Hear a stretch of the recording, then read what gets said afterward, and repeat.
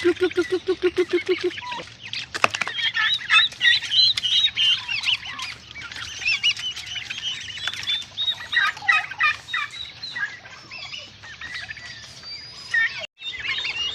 guys, good morning po at isang mapagpalang araw po sa ating lahat. At for today's video guys ay samahan nyo ako na mag-hatch na naman tayo ng bagong pisang ating mga sisiw. At ayan guys, yung hinatch natin noong nakaraan, yung White Holland, ay ililipat ulit natin sa panibagong kulungan dahil ilalagay na naman natin dyan yung sisiw na ating i-hatch. Tapos guys, samahan nyo ako at magpapakawala tayo ng mga mahigit 2 months na mga sisiw kasi medyo crowded na po sila doon, kaya pawawalan na po natin. Ayan guys, tignan nyo naman at napakasisigla po ng ating mga pabo. Ayan guys, oh. So guys, mga 3 months na yung iba rito, yung iba 2.5 buwan. Ayan na po sila. At samahan nyo po ako na pawalan po yung mga lagpas 2 months na mga sisiw doon. At ito pong 2 weeks na mga pabo na sisiw, ililipat po natin doon. Tapos pakikita ko rin sa inyo guys yung pawawalan natin na native na manok. Baliktad po ang kanyang pakpak, mga balahibo. At yun daw guys ay maganda para sa peste, kasi sabi ng matatanda, anib sa peste. Pagka meron ka raw pong ganong breed ay hindi tatamaan ang inyong mga manok sa peste. Ano lang naman po yun, kasabihan lang, wala namang masama kung ating gagawin, para din naman po sa atin yun. Kaya humingi po tayo ng ganong breed at binigyan po tayo ng uncle ko na si Uncle Bonjing Pagarigan. Ayan, sa susunod na balik ko doon ay bibigyan niya pa ako ng isang babae. Ayan guys, sa ngayon po pawalan muna natin yung ating mga 2 months old na mga pabo at hintayin natin silang bumaba dito sa lupa at ililipat po natin yung mga sisiw na 2 weeks na White Holland. Ayan guys, samahan niyo po ako. Tapos mamaya guys, mag-shred po tayo ng mga pagkain po ng ating mga pabo dahil gustong gusto po nila yung mga gulay. Kaya pag kayo po ay may budget, bili po kayo ng shredder. Pwede po kayong umorder sa Shopee at napakaganda po, makakatipid po kayo sa pagpapakain po sa inyong mga alaga. Ayan guys, tara po. Ayan guys, ito po yung ating mga sisiw. Ayan, lalaki na po nila oh. Wawalan na po natin yan dito sa lupa. 2, 4, 6, 8. Ayan guys, isa-isa po nating pawawalan.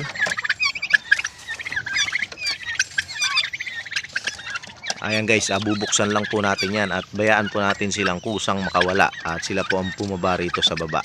Tapos kunin lang po natin yung aking manok na hinyalo rito. Bali 2 weeks na rin siya rito guys. Ayan o. Ayan, pawawalan na po natin.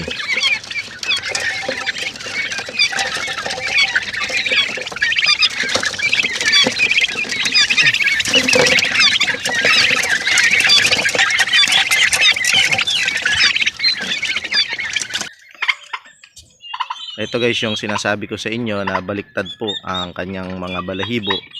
Ayan, lalaki po ito at bigay po ito ng ating uncle na si Uncle Bonjing Pagarigan. Ayan, pawawalan na po natin ito dahil 2 weeks na po siya rito sa ating kulungan.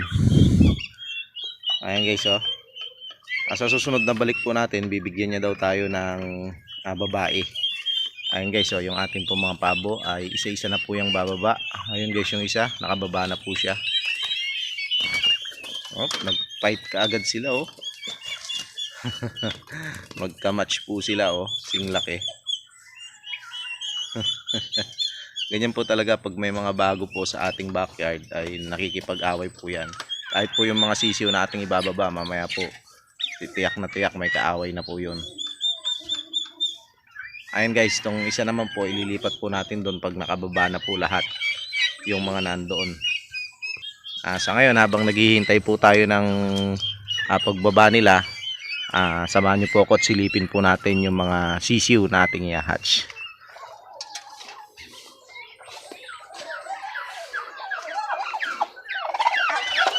Ngayon guys, 3 na naman sila rito. Nope, wala. Oops, ayan guys, marami. Guys, oh, dami.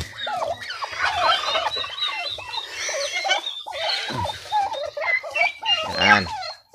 Siguro ang ilalagay nating inahin nila ay ito. Kasi napakatagal na po itong naglilimlim dito.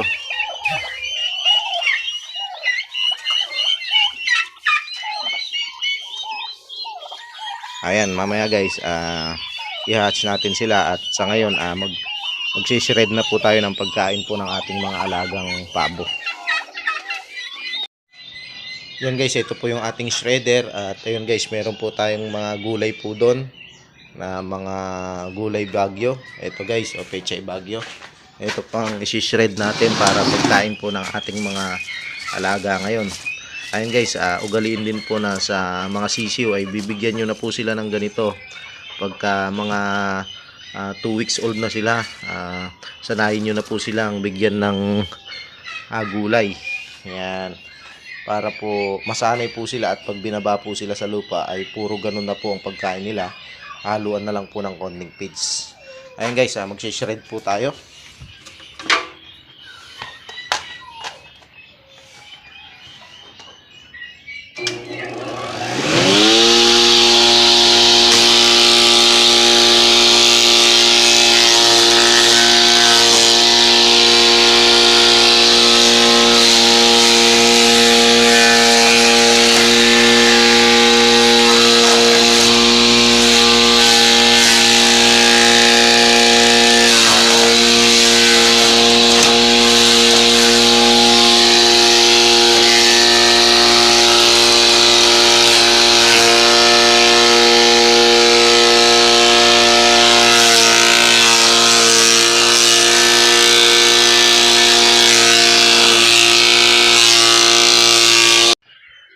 Ayan guys, share na po yung ating pagkain po ng ating mga pabo.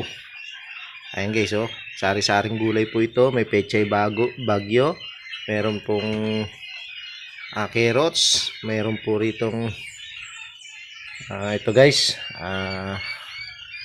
yung sayote. At haluan po natin ito ng sapal ng nyug. Ito guys, nakabili rin po tayo ng sapal ng nyug. Ito po.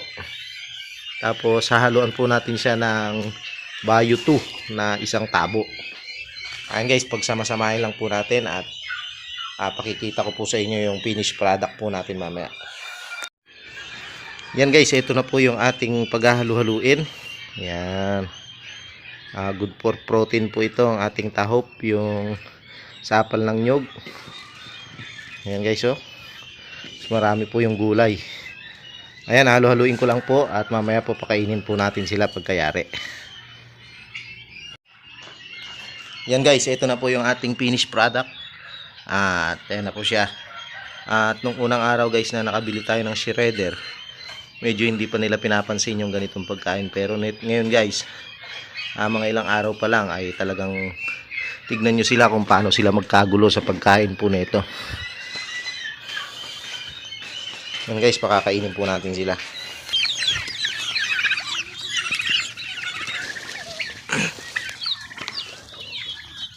Yan guys, tignan nyo kung paano sila magkagulo.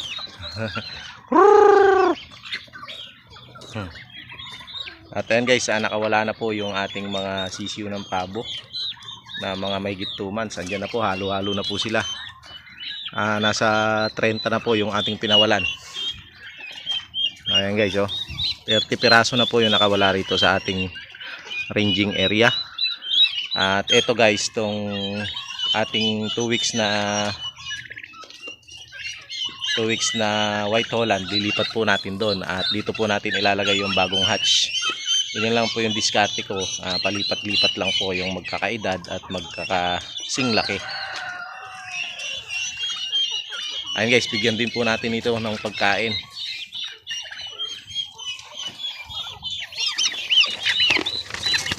Ito guys, yung mga huling sisiw natin, medyo hindi sila magkakasize, may naiwan po rito, dalawa. Ayan, ito, isa pala, saka yun, medyo maliit. Yan, ganito guys, yung mga bago pa lang sila ibaba sa lupa, sanayin na po natin sila na kumain ng ganito.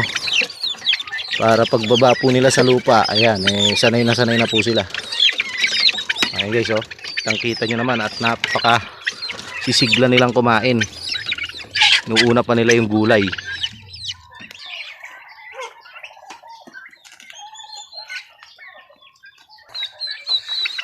Ayan guys, bago po natin ilipat yung ating mga sisiw ng paborito, ay linisin muna natin to at lagyan po natin ng dayami para po hindi maipit yung paa po ng ating mga pabo na ilalagay po natin dito. Kasi maliliit pa ho yung paa ng ating mga pabo, kaya ingatan po natin na maipit. Ayan guys. At ito guys, yung isang gamit po ng malaking tulong po sa akin, ang paggamit po ng dayami dito sa aking backyard. Ayan. Ipapanatili po ito ng init para po hindi ginawin yung ating mga pabo. Although kasama pa naman nila yung kanilang nanay. Ayan. Ang kagandahan po talaga nito, hindi sila maiipit sa ating kulungan.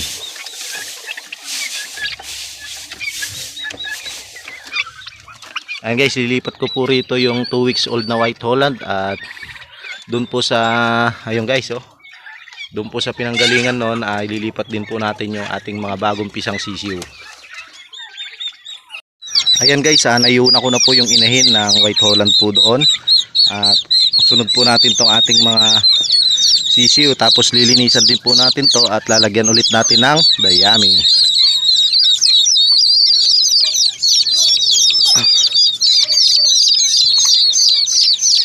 Ayan guys, dito po natin sila isasama sa kanilang nanay. Ayan guys, totally finished na po ang ating gawain ngayon dito sa ating backyard. Andito na po yung ating sisiw, bali 7 po yan na sisiw po yung ating na-hatch. Ayan, ang inilagay po nating inahin yung ating pong Jersey buff. Ayan guys, cross po ito sa golden palm saka sa white, kaya ganyan po ang kinalabasan, naging kulay buff po siya. Ayan guys, nalagyan na rin po natin yan ng tubig na may betrasin. Ito naman guys yung susunod to nating pawawalan sa susunod pang mga linggo.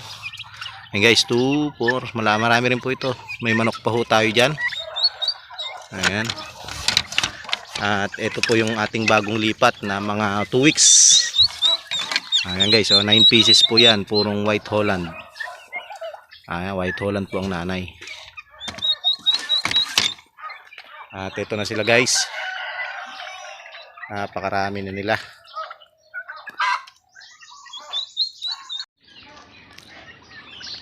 At ayan na guys yung ating mga pabo. Napakarami na po nila.